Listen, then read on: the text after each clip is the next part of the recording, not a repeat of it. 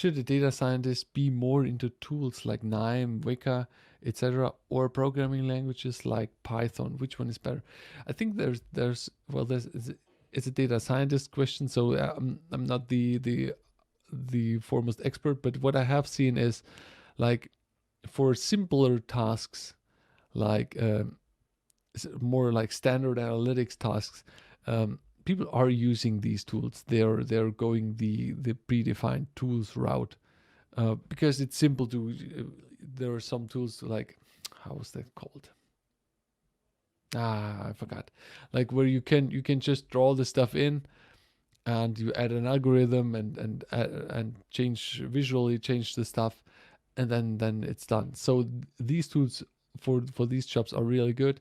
If you want to do something specific and then you need coding. You need a lot of coding. So Python, it's good to have a solid Python base. Also, you're a lot more versatile with Python. So for specific stuff, Python. For general stuff, and more the simpler stuff, tools are cool.